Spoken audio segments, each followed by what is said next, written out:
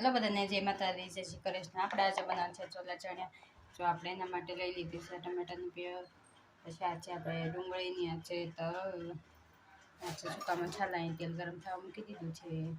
તેલ ગરમ થઈ ગયું, નાખી દઈએ જીરું, ખડા મસાલો લઈ દઈએ।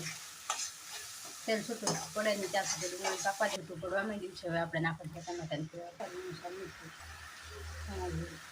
તેલ છૂટું પડવા માંડ્યું છે। તલનો ભૂકો નાખવાનું છે, આપણે મરચું નાખવાનું છે, પાણી, ખાંડ। સરસ મજાનો ગ્રેવી બની તૈયાર છે।